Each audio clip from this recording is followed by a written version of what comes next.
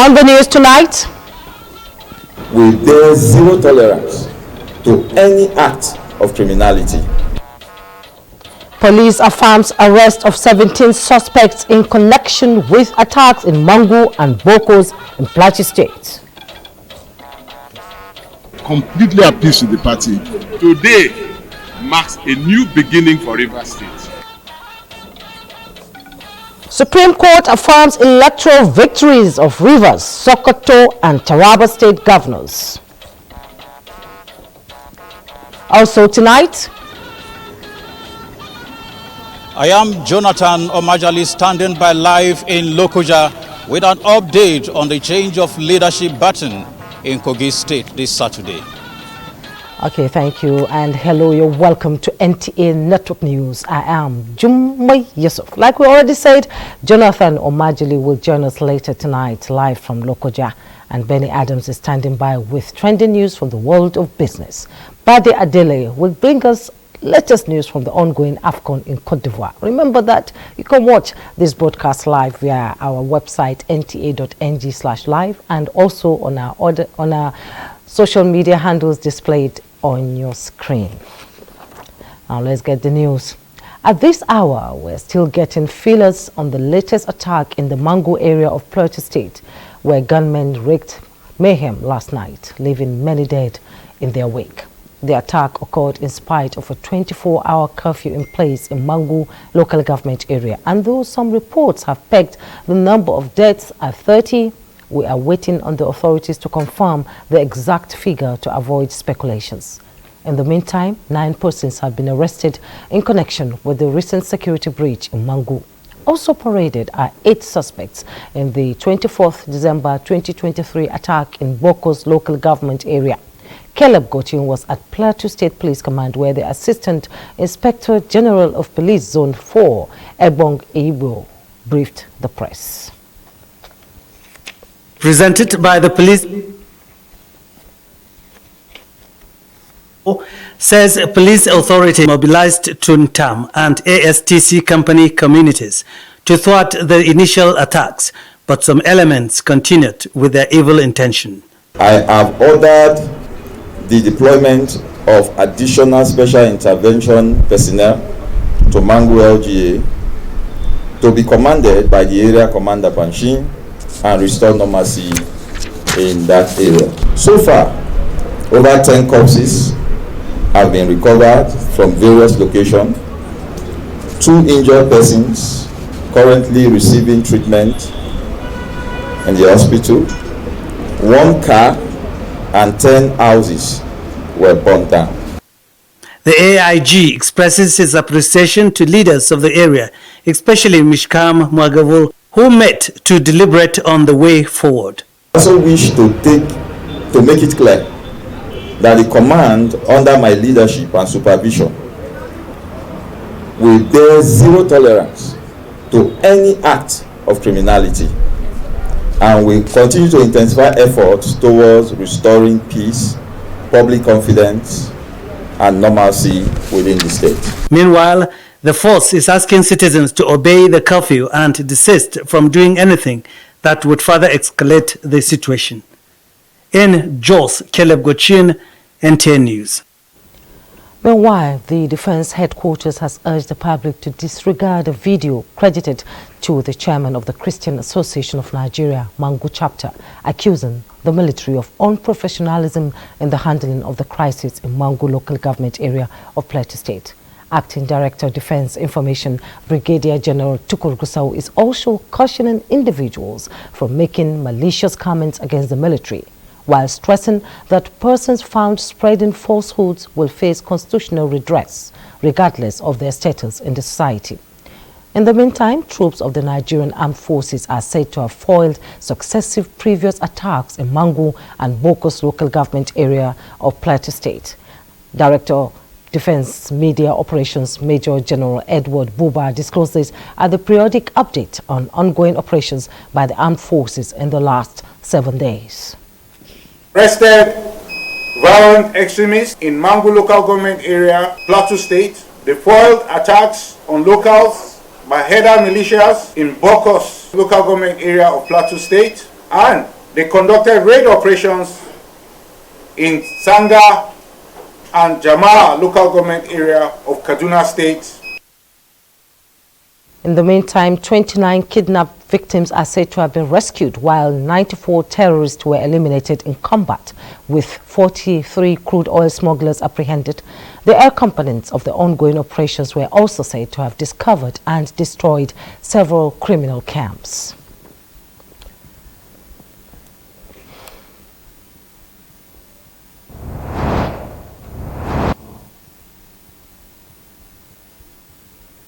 Tonight, we're also going over to Kaduna State, where it appears they are getting something right and things are working out at the moment in terms of social cohesion in a densely populated and multi-ethnic environment. The pictures on the screen right now are showing off bits of Kaduna's old essence mixed with the new, clearly portraying changing times in the former regional capital and political headquarters of northern Nigeria. Renowned for being a melting point of Nigerian cultures, settlements and communities within Kaduna for decades are barely segregated along ethnic or tribal lines. However, with its northern population largely comprising Hausa Fulani Muslims and the southern population of mostly ethnically diverse Christians, the state straddles Nigeria's ethnic and religious divides with notable incidents, clashes and violence-related ethnic episodes, all which now seems to be in the past. Kaduna does appear to be getting something right at last, saying how peaceful it has been over there recently. Now joining us is our man, Mohammed Umar Anjigi, who covers the Kashim Ibrahim House, Kaduna, office of the state governor. Mohammed, it's good to have you join us on Network News. Thank you very much for joining us here in Kaduna. Okay, now can you perhaps review Kaduna's history and mixed ethnic population within the context of a marketplace, meaning there would be people with biases, yet whose faith and destinies are intertwined and connected. How does that capture Kaduna State as a heaven for people of all faith, beliefs and background, living in peace and harmony? Well, Kaduna, being the capital of the defunct northern Nigeria, is a state that comprises of people from different parts of this country and practicing different religion. There are more than 63 ethnic groups in Kaduna State spread across the 23 local government areas of the state. In just one local government in Kaduna State, you could get 6 to 7 ethnic groups cohabiting together, staying in peace together, particularly in the southern part of the state. A couple of days ago, I was in the market in the heart of Kaduna State, the central market, and what I saw was quite interesting. People, irrespective of their differences or religious divide, are in the market with one common goal. For the traders is to sell their products, while for the customers is to buy one or two things they go to the market to buy.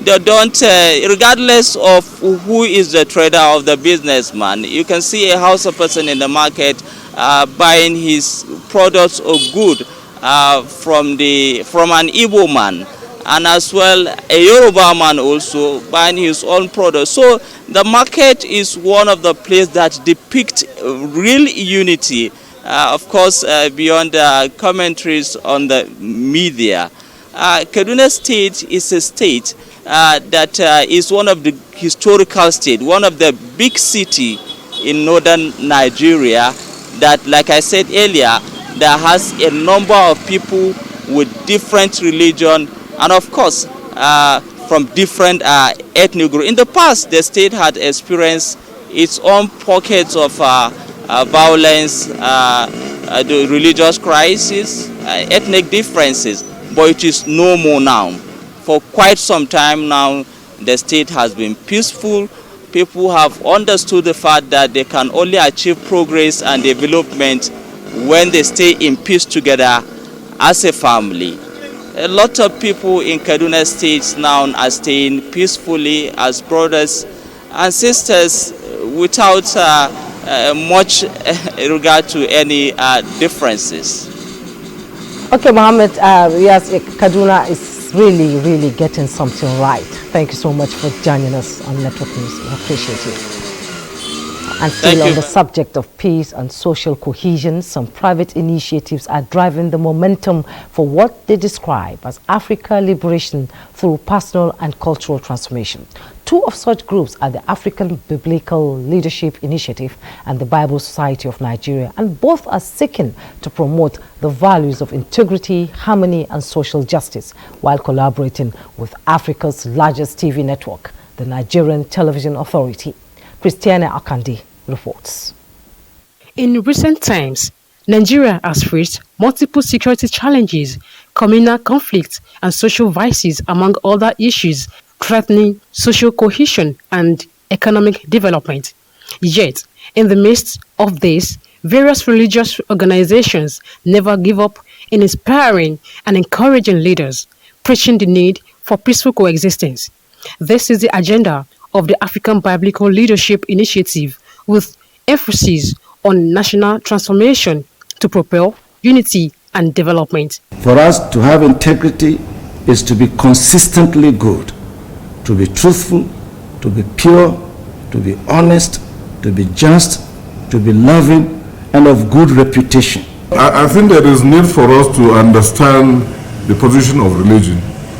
And religion is there to guide people and also to bring people together. For us in the NTA, I think what the conference is up to is in line with what we do.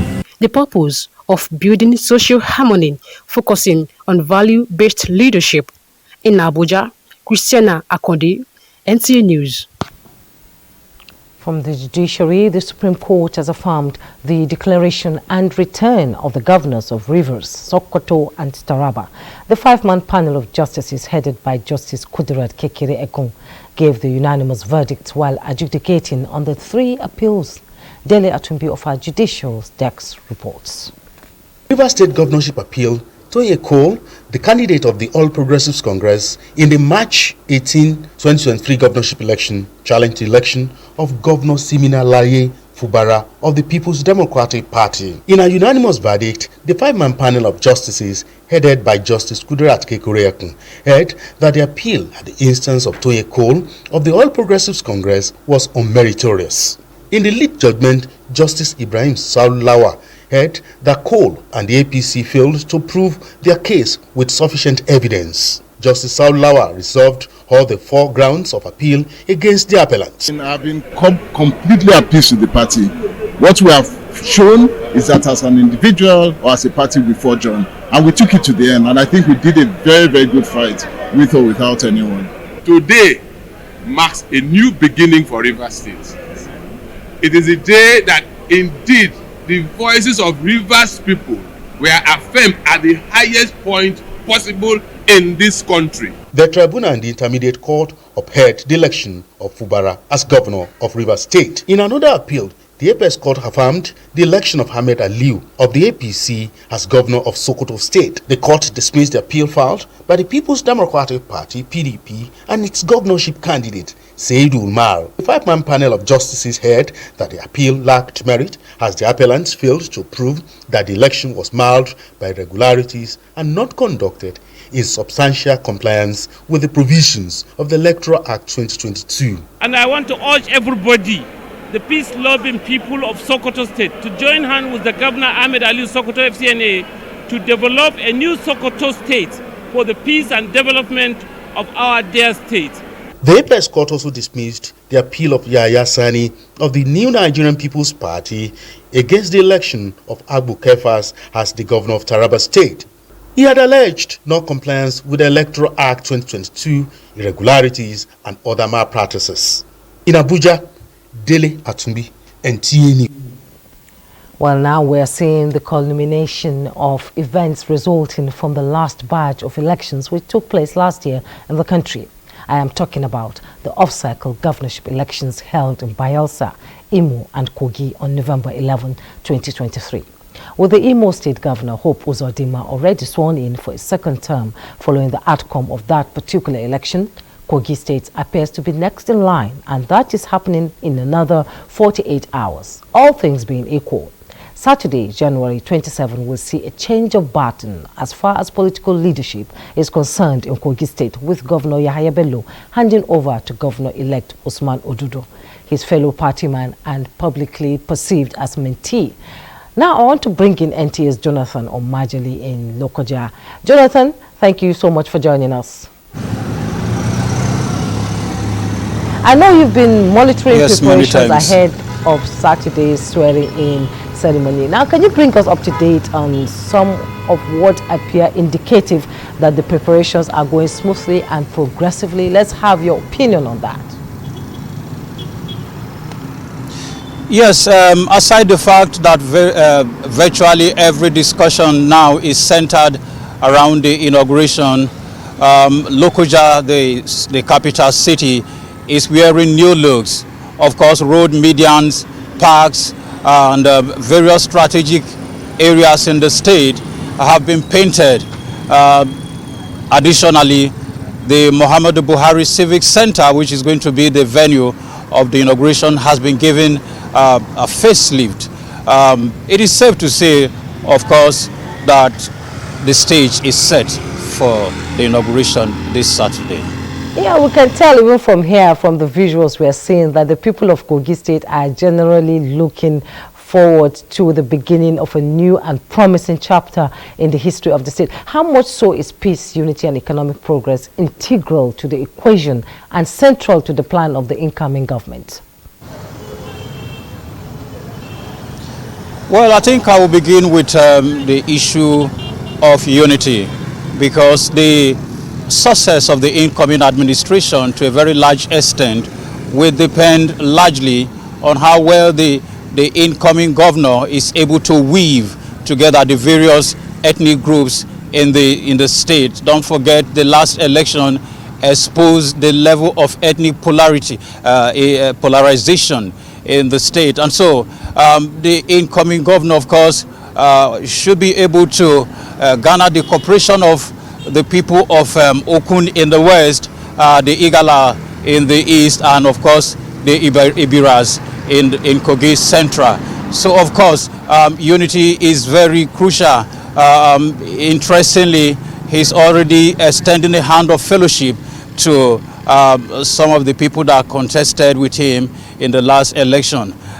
Just like you also mentioned, the issue of economic progress, that is also very important. The cost of living is outrageously high at the moment, and so he will need to look for a way of cushioning the difficulty that the people are actually going through at the moment. Small and medium scale businesses, he will have to create an enabling environment for them to thrive. Hopefully he will be able to deliver the goods. The conference state, with its diverse identity, a new era beckons. Thank you so much, Jonathan, for your update on the preparation for the handing over. Thank you. And from Ondo State, we hear the House of Assembly has confirmed Dr. Olaide Adelami as Deputy Governor of the state. His nomination was confirmed during today's plenary, presided over by the Speaker of the House, You're welcome back. We take the report on the confirmation of Dr. Olaide Adelami as Deputy Governor of the state. The Deputy Speaker of the House and Vice Chairman House Selection Committee, Abayomi Akinruntan, while submitting the report of the committee, said the nominee was found physically, morally and mentally fit for the task ahead, recommending the confirmation of his appointment as Deputy Governor. After consideration of the report, the House unanimously confirmed the nomination of the Deputy Governor designate.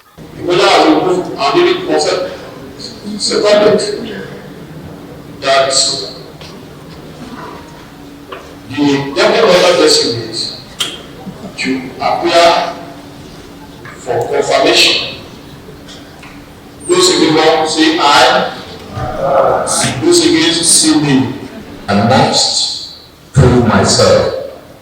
People have been saying I have rich credentials, and but I know with the support of the good people of Ondo State, I'm going to prove myself, and with the help of God too.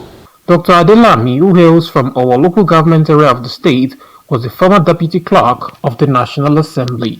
In Akure, Ahmed Abdulkarim, NTA News.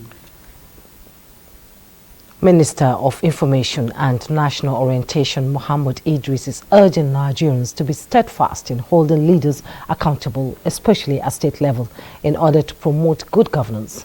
The minister, who made this statement at the 21st Daily Trust Dialogue in Abuja, also says the Tinubu administration will remain responsive to governance at the subnational for the good of the citizens. Saliu Gwanara tells us more.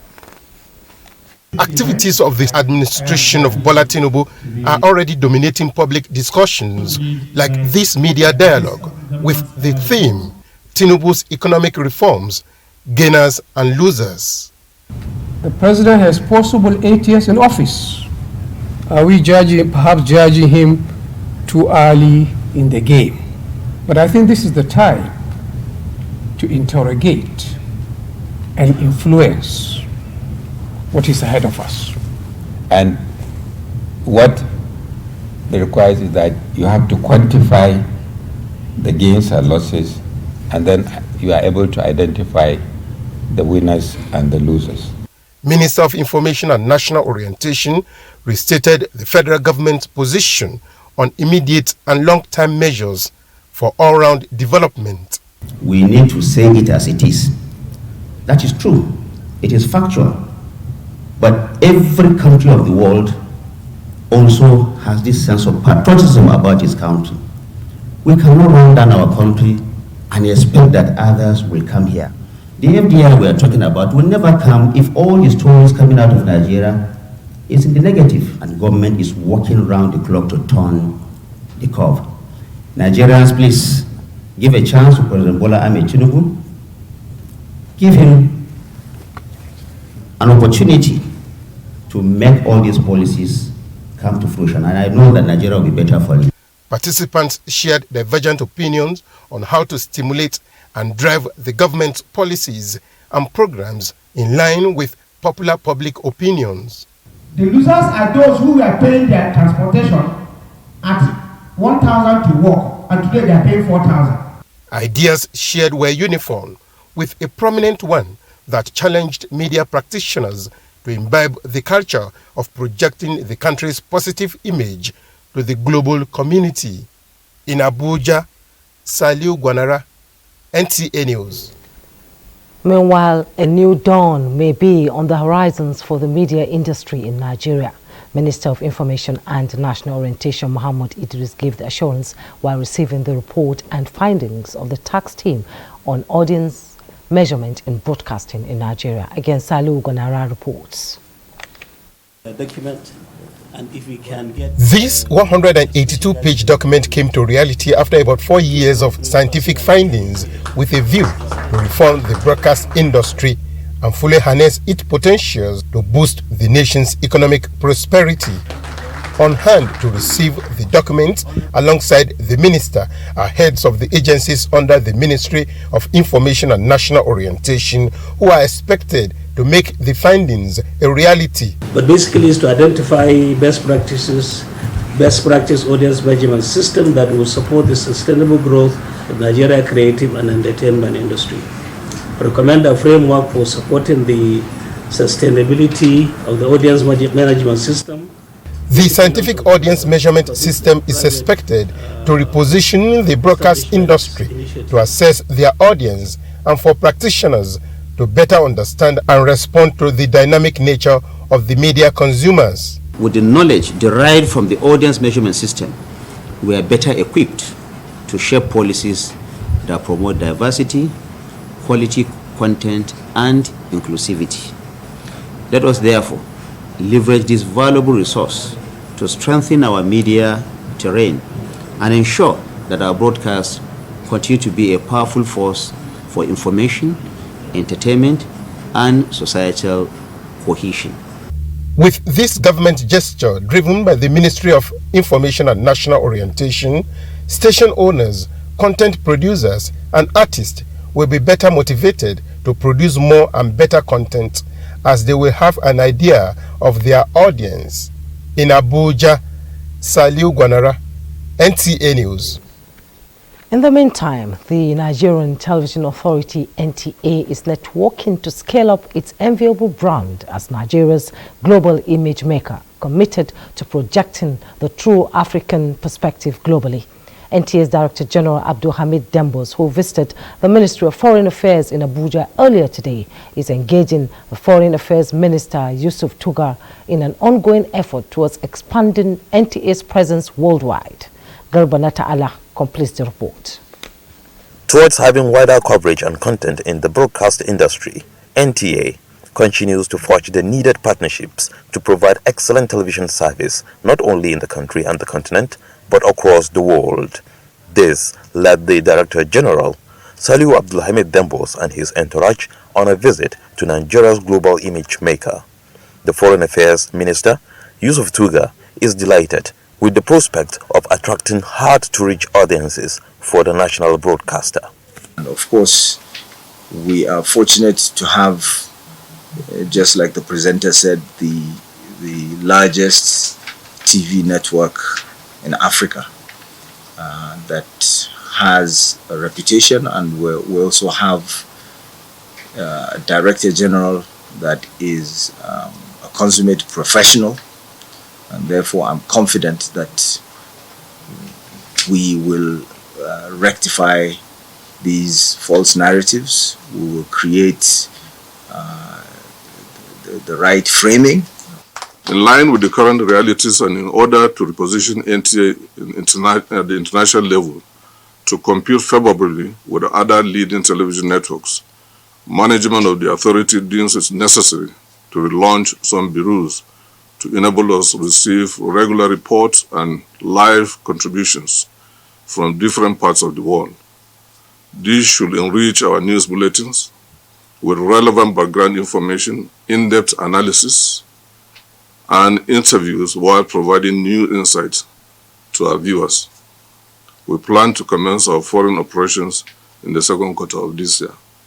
It is believed NTA is back to linear to enhance its services and serve as a diplomatic channel in projecting Nigeria to the outside world. In Abuja, Garb Muhammad Natala, NTA News. The NTA management there making sure that you can't beat the rich. And on that note, Benny Adams is here to bring us trending reports from the world of business. Benny. Thank you, Jummai, and welcome to business. Now, ahead of the first monetary policy meeting of the Central Bank, the World Bank and the International Monetary Fund are advocating a tighter policy stand amid pressure on the Naira and an anticipated drop in inflation from 24.5% in 2023 to 21.5% for the new year. Monetary policy stands at the current juncture because inflation is high. There is no way monetary policy can be loose at this particular moment in time. It's not so much about cutting expenditure. It's more about how to raise revenues at this particular moment in Nigeria.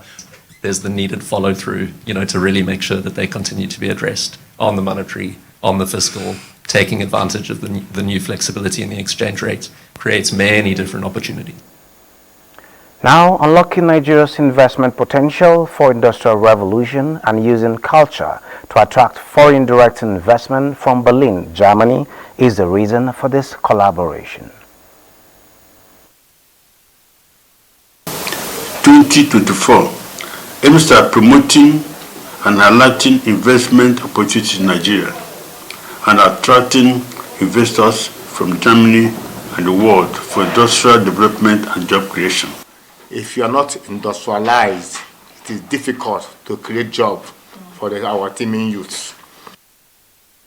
And now taking a look at the markets, the Nigerian exchange is not slowing down as the all-share index advances to 102,149.93 basis points. A total of 504.1 million shares in 12,235 deals, corresponding to a market value of 10.3 billion naira, were traded.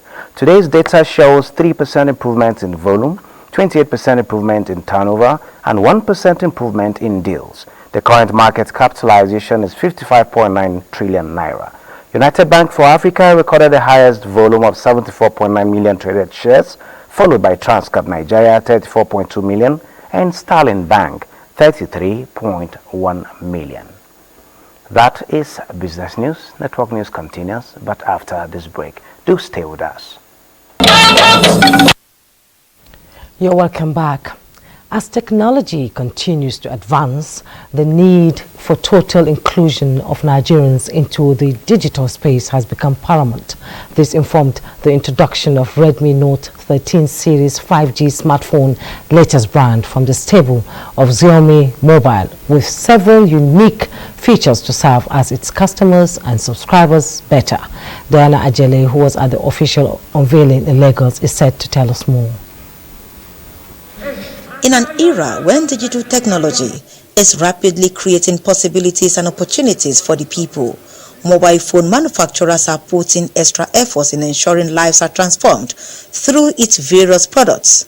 The latest from the tables of Xiaomi promises not only unlimited mobile network communication, but also enhanced technologies for customers. Xiaomi is absolutely real. Blown away because the camera quality is top notch and I can't wait to tell everybody about it. I have one currently and yes, I'm looking forward to how fantastic the battery life is going to be. Redmi Note 13 series 5G for everyone comes in different appealing and amazing colors, lovely designs with more features such as tougher shell multi-layer, IP68 water and dust resistance, 200 megapixels camera for clearer pictures and videos with up to 128, 256 and more gigabyte memory space, in addition to longer battery life among other features. Significant update to the design, display, and the camera and the processor. As for Redmi Note 13 series, there is no any reception of this model. We are focusing innovation and our user-centric. The management of the mobile phone manufacturer, Xiaomi, are optimistic the latest products will compete favorably in the Nigerian market. They really study the market needs and know the market gaps. When you talk of innovation in this industry, you talk of Xiaomi. They are actually running very fast with that. Other Xiaomi new products unveiled include Redmi Watch and Redmi Earbuds 5, 52 dB. Since coming on board, Xiaomi is an electronic gadgets manufacturer that can boast of series of smartphones and life enhancement products that are #1 in the digital technology market. In Lagos, Diana Ajale, NTA News. The Kingdom of Saudi Arabia and the Borno Emirate Council will explore ways of enhancing their Islamic cultural ties that date back to over 15 centuries. This came to the fore when a royal delegation from the Kingdom of Saudi Arabia, led by Prince Abdul Aziz bin Faisal Al Saud, paid homage on the Shehu of Borno. Memura Garba tells us more.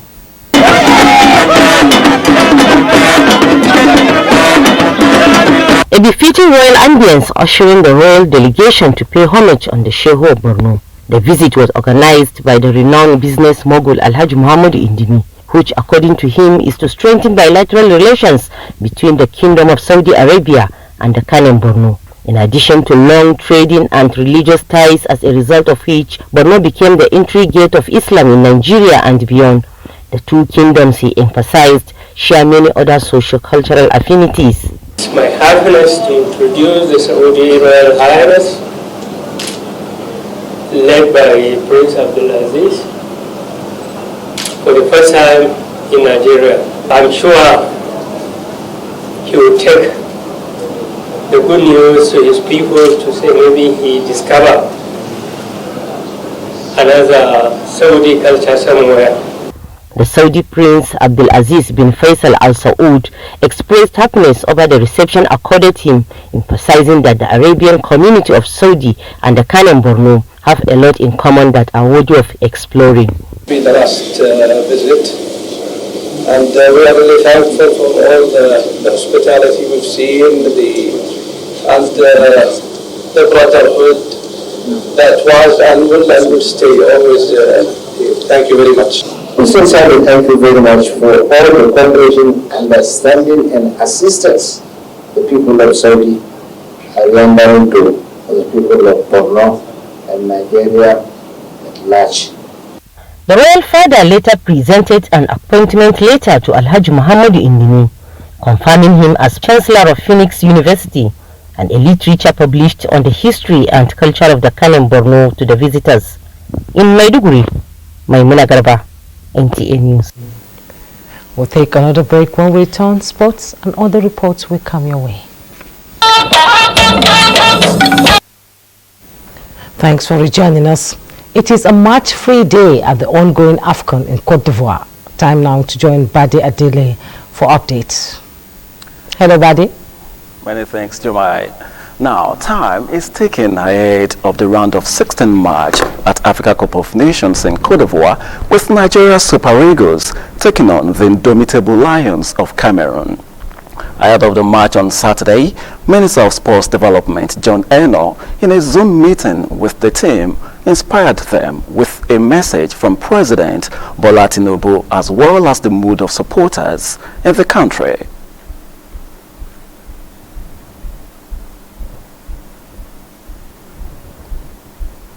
He said, tell our players that I wasn't too impressed in their last match. But I know that now that they are off the group stages, I know they are going to impress me more and more. That's what the president told me. So the president is watching our matches and watching you play. Every Nigerian is rooting for you. So just don't get distracted. Remain focused. You imagine what it can be like that you win, our 4th Cup of Nations and go down in the history. February 11th is when the finals is going to be played. Look forward to that February 11th as the team that will be in that stadium. Still on the crunch tie between Nigeria and Cameroon, correspondent Francisca Bile in Abuja sampled views ahead of the showdown on Saturday. The preliminary round of the African Cup of Nations has ended, and Nigeria have been paired with the indomitable Lions of Cameroon in the round of 16 on Saturday. I'm out to find out the expectations of football fans concerning the Super Eagles' performance and their predictions. Surely Nigeria will win 2-1. You can see from the group stage, Cameroon struggling to qualify. And if you can see Nigeria concede only 1 goal. You look at their last performance, it's not bad, just that to score is a kind of hard for them. If they put more effort at scoring, I think they'll win. If we cannot score a goal by ourselves, how are we sure we'll be able to overcome the Cameroonians? The Super Eagles will beat Cameroon at some essence, because when you see the performance of Cameroon national team and their goalkeeper Onana, is one of the worst goalkeepers this season. The fixture was confirmed after the Cameroonians rounded off the group stage with a pulsating 3-2 victory over Gambia on Tuesday night. Now, with the group phase of the tournament already concluded, teams are now set for the knockout round, which kicks off on Saturday. The first match of this round is between the Panancras Negras of Angola and the Brave Warriors of Namibia at Stade Bouake, before the much-anticipated encounter between arch rivals, the Super Eagles of Nigeria and the indomitable Lions of Cameroon. That match surely holds huge significance for millions of Nigerians who believe the team can go all the way to record a 4th AFCON title.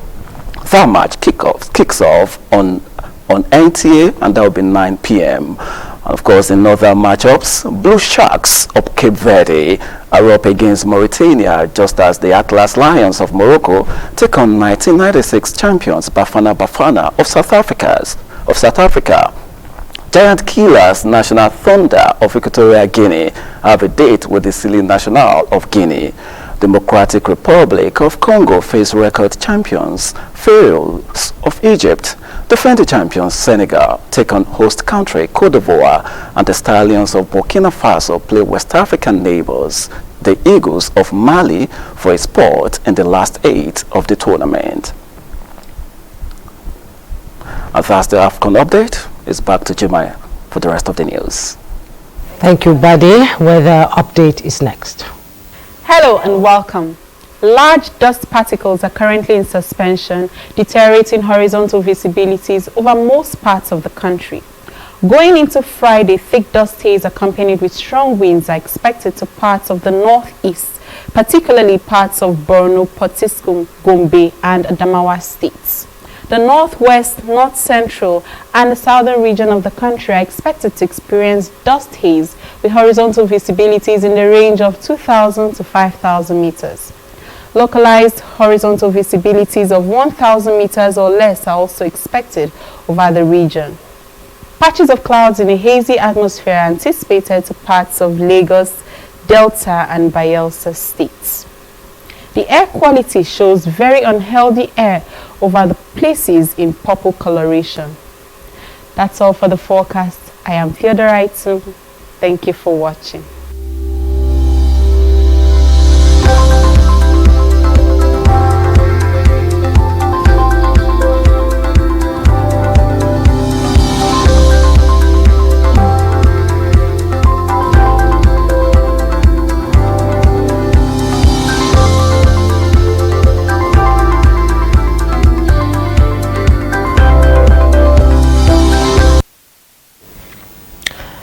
That's NTA Network News for tonight. Programming continues on the network service of the NTA. Do stay with the NTA. I am Jummai Yusuf. Good night.